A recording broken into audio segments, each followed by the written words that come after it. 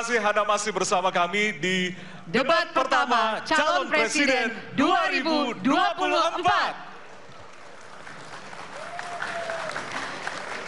Hadirin, jika pada segmen sebelumnya pertanyaan dibuat oleh tim panelis, maka di segmen ini dan segmen selanjutnya pertanyaan murni dari para calon presiden.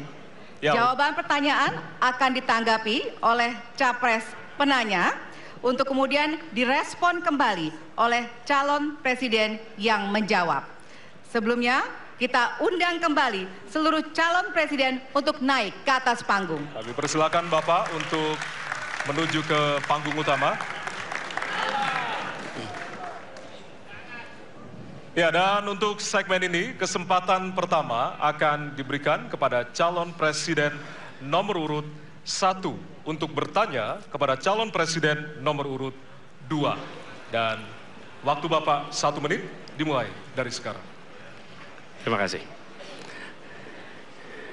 Pada tanggal 25, Pak Prabowo mendaftar ke KPU sebagai pasangan calon presiden, calon wakil presiden.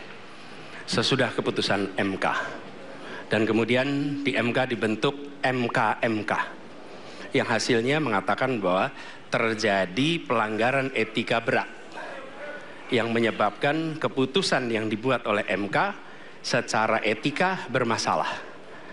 Kemudian Bapak punya waktu sampai dengan tanggal 13 November karena di situ adalah waktu terakhir untuk mengambil keputusan bila ada perubahan. Sesudah Bapak mendengar bahwa ternyata pencalonan persyaratannya bermasalah secara etika, pertanyaan saya, apa perasaan Bapak ketika mendengar bahwa ada pelanggaran etika di situ? Baik, waktunya habis. Kami berikan kesempatan kepada calon presiden nomor urut 2 untuk menjawab selama 2 menit. Waktunya dimulai dari sekarang. Jadi Mas Anies ya memang suatu perkembangan politik itu ada beberapa segi perspektif ya. Jadi tim saya, para pakar hukum yang mendampingi saya menyampaikan bahwa dari segi hukum tidak ada masalah. Masalah yang dianggap pelanggaran etika sudah diambil tindakan dan keputusan ya waktu itu oleh pihak yang diberi wewenang. Kemudian sudah ada tindakan dan tindakan pun itu masih diperdebatkan karena yang bersangkutan masih memproses. Tetapi intinya adalah bahwa keputusan itu final dan tidak dapat dirubah. Ya, saya laksanakan ya. Dan kita ini bukan anak kecil, Mas Anies ya. Anda juga paham ya. Sudahlah ya. Sekarang begini. Intinya rakyat yang putuskan, rakyat yang menilai. Kalau rakyat tidak suka Prabowo dan Gibran, nggak usah pilih kami, saudara-saudara sekalian. Dan saya tidak takut tidak punya jabatan, Mas Anies. Sorry ya. Sorry ya.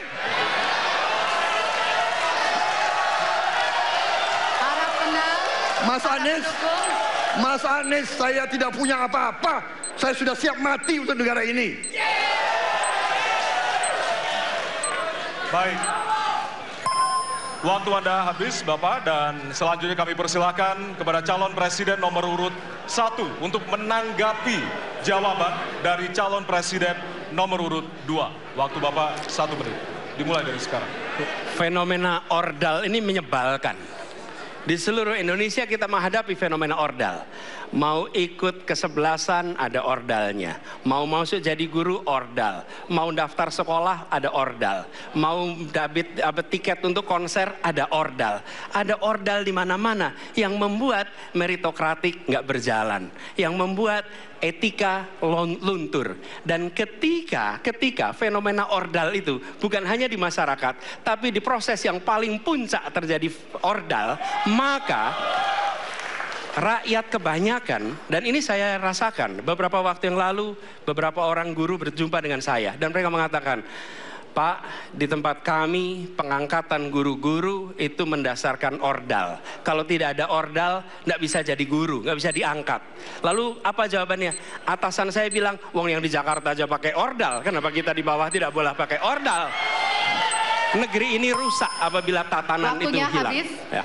Sekarang kami berikan kesempatan kepada calon presiden nomor urut 2 untuk menanggapi tanggapan dari calon presiden nomor urut 1. Waktunya 1 menit dari sekarang. Mas Anies. Dalam demokrasi, kekuasaan tertinggi ada di rakyat. Hakim yang tertinggi adalah rakyat. Tanggal 14 Februari, rakyat yang akan mengambil keputusan. Kalau kami tidak benar, salah, berkhianat, rakyat yang akan menghukum kami. Waktu masih ada, Bapak? Sudah cukup? Baik, terima kasih. Harap tenang hadirin, kita akan lanjutkan. Ya, kita akan lanjutkan. Dan untuk kesempatan ini kami berikan kepada calon presiden nomor urut 2 untuk bertanya kepada calon presiden nomor urut 3. Dan waktu Bapak 1 menit dimulai dari sekarang. Mas Ganjar punya pengalaman sebagai gubernur. Saya ingin bertanya, bagaimana pemikiran Bapak untuk mengatasi pengangguran yang masih banyak, terutama lulusan-lulusan sekolah dan sarjana yang belum tertampung. Mungkin pengalaman Bapak bisa Bapak memberi suatu pencerahan kepada kami. Terima kasih. Waktunya masih ada, Bapak ada yang ingin tambahkan? Baik, cukup. Oke. Selanjutnya kami berikan kesempatan kepada calon presiden nomor urut 3 untuk menjawab selama 2 menit. Waktunya dimulai dari sekarang. Terima kasih Pak Prabowo. Isu ini sangat kontekstual dan saya kira dari pertanyaan masyarakat begitu sulitnya mendapatkan pekerjaan. Ada beberapa poin Pak. Yang pertama adalah membuka ruang investasi yang cukup besar dengan cara memastikan penegakan hukumnya bisa berjalan baik, kepastian hukumnya berjalan dengan baik, transparan, akuntabel, mudah, murah, cepat dalam sebuah layanan. Tanpa itu dilakukan, mereka akan minggat dan mereka akan pergi, tidak mau datang. Yang kedua, ketika mereka datang, sudah masuk berinvestasi katakan, pusat-pusat pertumbuhan sudah diberikan kepada mereka oleh pemerintah dengan fasilitasi kawasan industri umpama, insentif pajak umpama, kemudahan perizinan, ease of doing business umpama, maka ketika kemudian itu sudah berjalan, Pak, yang mesti disiapkan adalah SDM. Ketangguhan SDM untuk menjemput itulah yang kita siapkan. Apa itu? Sekolah vokasi, nggak ada yang lain. Dan kemudian SDM inilah yang kita bisa pastikan bahwa mereka sampai dengan 12 tahun mesti sekolah dan gratis. Inilah yang kemudian bisa kita dorong untuk kemudian mereka bisa naik. Ada juga tindakan afirmasi sekaligus untuk menurunkan kemiskinan adalah setiap satu keluarga miskin kita kasih kesempatan satu anaknya sampai ke perguruan tinggi. Karena itulah yang akan membongkar dan kemudian memberikan ruang pekerjaan yang jauh lebih banyak kepada mereka. Maka peran-peran inilah yang mesti kita dorong. Kawasan industri Kendal sudah bekerja sama dengan 100-an lebih sekolah vokasi. Kawasan industri di Batang sedang kita siapkan, bahkan kita bangunkan sekolah. Kerjasama antara pusat, provinsi, kabupaten menjadi begitu penting untuk memfasilitasi itu. Dan kemudian tugas kita mensosialisasikan untuk mereka bisa terlibat di dalamnya. Baik. Ya, waktu Anda habis Bapak, dan kami persilakan kepada calon presiden nomor urut 2 untuk menanggapi jawaban dari calon presiden nomor urut 3. Waktu Bapak 1 menit. Saya senang mendengar jawaban itu. Berarti Bapak bisa mengakui prestasi pemerintah Jokowi dalam mengembangkan KEK semua, mendorong hilirisasi, menciptakan lapangan kerja, mengundang investor-investor ke Jawa Tengah untuk menciptakan pertumbuhan ekonomi yang bermutu dan berkelanjutan. Terima kasih. Ya. Waktunya masih ada, Bapak? Cukup. Baik, selanjutnya kita berikan kesempatan kepada calon presiden nomor urut 3 untuk menanggapi tanggapan dari calon presiden nomor urut 2. Waktunya 1 menit dari sekarang. Pak Prabowo, terima kasih. Ketika kami merancang kawasan-kawasan industri dan bagaimana percepatan itu kita lakukan, kami duduk dengan para menteri, bahkan kami duduk dengan presiden. Kami punya pikiran yang sama dalam merancang ini karena kita ingin menjemput 2045 sebagai negara maju, negara unggul. Itu yang harus kita ciptakan. Maka ketika kemudian soal setuju tidak setuju, kami hampir 10 tahun. Bahkan proyek-proyek strategis nasional yang ada di Jawa Tengah, saya bereskan, Pak. Karena itu bentuk tanggung jawab kami sebagai wakil pemerintah pusat di daerah, dan kami tahu posisi itu agar kita berada dalam satu barisan menjemput keunggulan Indonesia di 2045. Masih ada waktu, Bapak? Cukup. Cukup? Baik. Ya, dan selanjutnya kita akan berikan kesempatan calon presiden nomor urut 3 untuk bertanya kepada calon presiden nomor urut 1. Dan waktu Bapak 1 menit dimulai dari sekarang. Mas Anies pernah menjadi gubernur ibu kota. Dan hari ini menjadi isu publik, saya barusan dari IKN.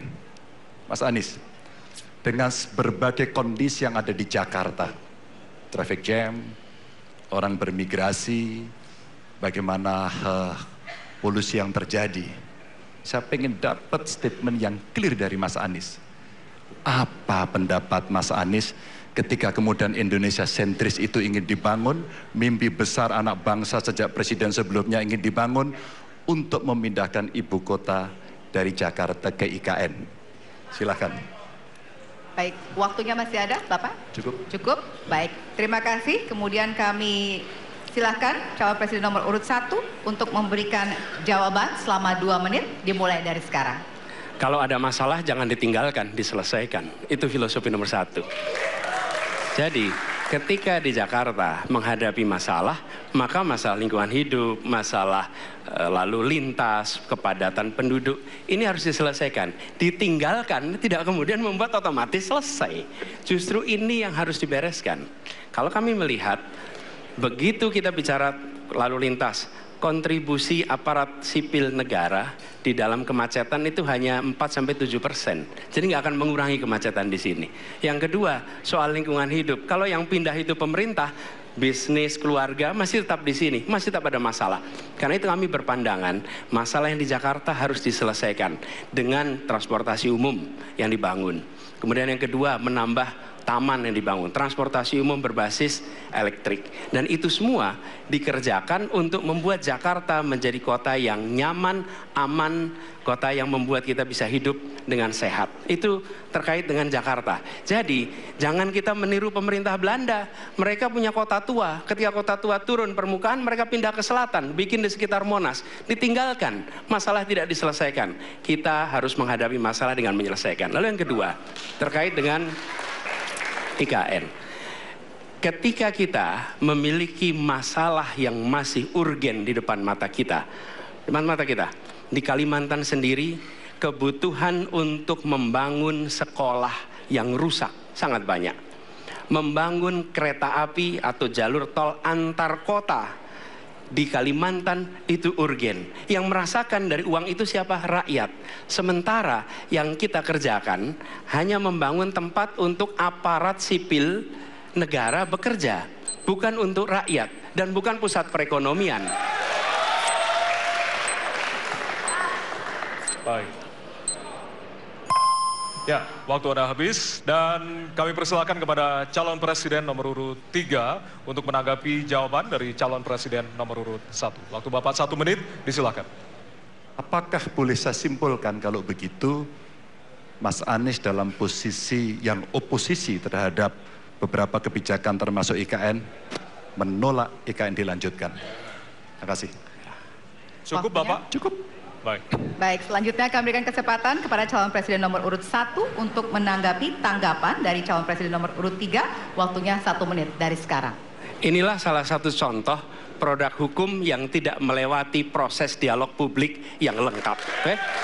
Sehingga dialognya sesudah jadi undang-undang. Dan ketika dialognya sudah undang-undang, siapapun yang kritis dianggap oposisi, siapapun yang pro dianggap pro pemerintah. Kenapa? Karena tidak ada proses pembahasan yang komprehensif yang memberikan ruang kepada publik. Ini negara hukum, bukan negara kekuasaan. Dalam negara hukum, berikan ruang kepada publik untuk membahas sebuah peraturan sebelum dia ditetapkan. Tapi ini nada-nadanya seperti negara kekuasaan, di mana penguasa menentukan hukum. Dan kemudian dari situ kita berdebat pro kon. Kami melihat ada kebutuhan-kebutuhan urgen yang dibangun untuk rakyat. Kalau hari ini kita belum bisa menyiapkan pupuk lengkap, tapi pada saat yang sama kita membangun sebuah istana untuk presiden, di mana rasa keadilan kita? Oke? Waktunya sudah habis. Ya, dan kami masih ada 1 segmen lagi. Untuk itu kami persilakan kepada bapak-bapak untuk kembali ke tempat duduk masing-masing. Masih ada 1 segmen lagi untuk bertanya dan juga saling menanggapi. Kami persilakan bapak-bapak untuk kembali ke tempat. Pada hadirin, kami mohon untuk tenang terlebih dahulu. Kita akan lanjutkan debat dengan suasana tentunya lebih hangat. Ya. Untuk tetaplah bersama kami di debat pertama calon presiden 2024.